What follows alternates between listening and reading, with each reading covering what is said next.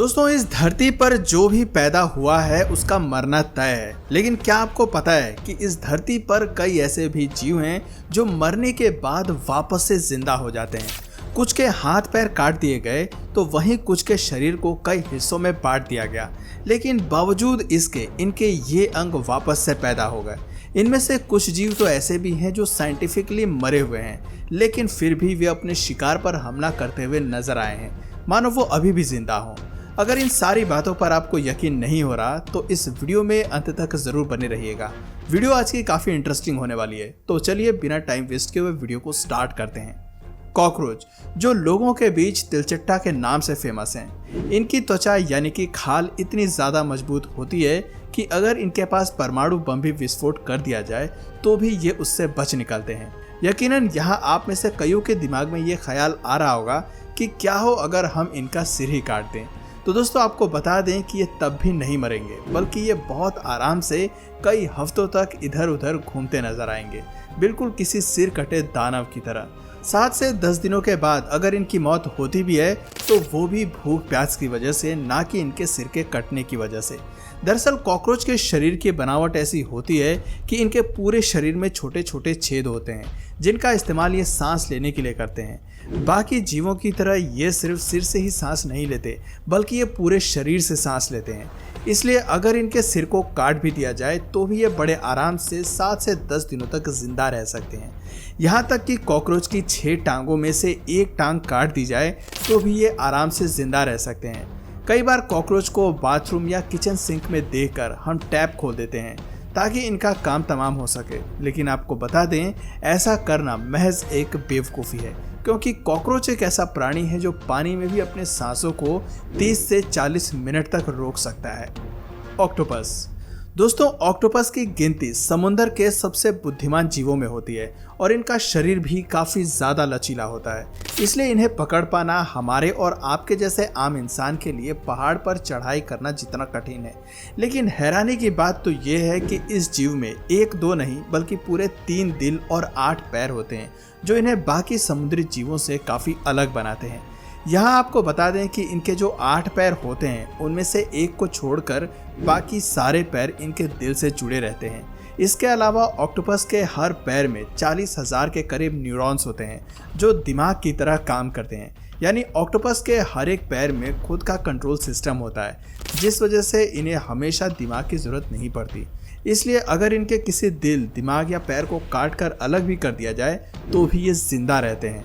आपने देखा होगा जापान और कोरिया जैसे एशियाई देशों में जहां ऑक्टोपस को खाया जाता है, जब इन्हें प्लेट में सर्व किया जाता है तब भी ये हिलते हुए नजर आते हैं, क्योंकि यहाँ जो इनके पैर होते हैं वो अब भी अपने शरीर को बचाने की कोशिश में लगे रहते हैं। टर्टल, दोस्तों, कछुए दुनिया के सबसे पुराने रेप्टाइल्स ग्रुप में से एक हैं। इनकी उत्पत्ति डायनासोर के समय हुई है, जो लगभग 200 मिलियन वर्ष पहले की है। यानी टर्टल सांप, छिपकली और मगरमच्छ से भी पहले से इस धरती पर रह रहे हैं।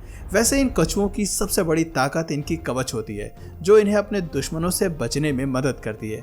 कहा जाता है कि कछुओं का कवच इतना मजबूत होता है कि वो बंदूक की गोली का भी सामना कर सकते हैं। माना जाता है कि इनके कवच को तोड़ने के लिए उनके वजन से 200 गुना ज़्यादा वजन की ज़रूरत पड़ती है। हालांकि बाज जैसे शिकारी पक्षियों को इसे तोड़ने की तरकीब पता होती है। वो कछुए को अपने पंजों में दबाकर काफ़ी ऊंचाई पर उड़ जाते हैं और फिर वहां से इन्हें पत्थरों या पहाड़ियों पर नीचे गिरा देते हैं, जिससे इनका कवच टूट जाता है और इनकी मौत हो जाती है। हालांकि अगर इनका कवच न टूटे और सिर्फ इनके सिर को काट दिया जाए तो भी ये जिंदा रह सकते हैं, वो भी 1-2 घंटे नहीं बल्कि पूरे 1000 घंटों तक। दरअसल टर्टल के शरीर में एक तरह का पेसमेकर होता है जो इन्हें पानी के अंदर घंटों तक बिना ऑक्सीजन के जिंदा रखने में मदद करता है, और यही पेसमेकर सेल्स इनके सिर कट जाने के बाद भी काम करता रहता है और आराम से इन्हें अपने शरीर से ऑक्सीजन लेने में मदद करता है। बीज, दोस्तों, मधुमक्खियाँ उन अनोखे जीवों में से एक हैं जो मरने के बाद जिंदा नहीं रहती, लेकिन मरे होने के बाद भी ये डंक मार सकती हैं। इसलिए दोस्तों, अगर आपको कभी भी मरी हुई मधुमक्खी दिखे तो उसे गलती से भी छूने की कोशिश ना करें, वरना वो अपना सारा जहर आपके शरीर में डाल सकती है। दरअसल मधुमक्खियों के डंक में जहर निकलने वाली मसल्स होती हैं, इसलिए इनको अपने जहर को इंसान के शरीर में छोड़ने के लिए दिमाग की ज़रूरत नहीं पड़ती। जब मधुमक्खी मर जाती है तो डंक इनके शरीर का इकलौता ऐसा हिस्सा होता है जो काम कर रहा होता है, चिकन। दोस्तों, अगर मैं आपसे पूछूं कि क्या आपने कभी ऐसे मुर्गे को देखा है जो बिना सर के भी चल रहा हो, तो शायद आपको मेरी ये बात मजाक लगेगी, लेकिन मैं आपको बता दूं ये कोई मजाक नहीं बल्कि हकीकत है। आप इस वीडियो में देख सकते हैं जिसमें ये सिर कटा मुर्गा आराम से घूमते फिरते नजर आ रहा है। और यहाँ आपको बता दूं कि ऐसा सभी मुर्गियों के साथ हो सकता है। दरअसल मुर्गियों का जो नर्वस सिस्टम होता है वो हम इंसानों से बहुत अलग होता है। जहाँ इंसान के पूरे बॉडी को हमारा दिमाग कंट्रोल करता है, वहीं मुर्गियों में ये काम उनके शरीर में फैले ब्रेन स्टेम सेल्स करती हैं। और यही वजह है कि मुर्गियों का सिर कट जाने के बाद भी उनका ब्रेन स्टेम सेल्स उनके पूरे शरीर को कंट्रोल करता है, जिससे वो आसानी से चल पाते हैं। और ऐसा हरगिज़ नहीं है कि हर मुर्गी का सिर कटने के बाद वो जिंदा रहे। ऐसा तभी पॉसिबल है जब मुर्गियों का सिर काटते समय उनकी जुगुलर वेन नहीं कट पाती। और ऐसा बहुत कम ही बार होता है जब सिर काटने पर भी मुर्गा जिंदा रहता हो। और अगर कोई जिंदा बच भी जाता है तो सिर न होने की वजह से वो कुछ ही दिनों में भूख प्यास से उसकी मौत हो जाती है। साल 1945 में माइक द हेडलेस चिकन नाम के मुर्गे के साथ भी ऐसी ही घटना हुई थी। उसका सिर कटने के बाद भी वो 18 महीने तक जिंदा रहा था। बिना सिर के उसे इंजेक्शन से लिक्विड फॉर्म में खाना और पानी दिया जाता था, जिस वजह से वो इतने लंबे समय तक जिंदा रह पाया था। फ्रॉग। दोस्तों, सबसे पहले तो आप ये जान लीजिए कि हम यहाँ सभी मेंढकों की बात नहीं करने जा रहे हैं। हम बात कर रहे हैं अलास्का के जंगलों में पाए जाने वाले वुड फ्रॉग की।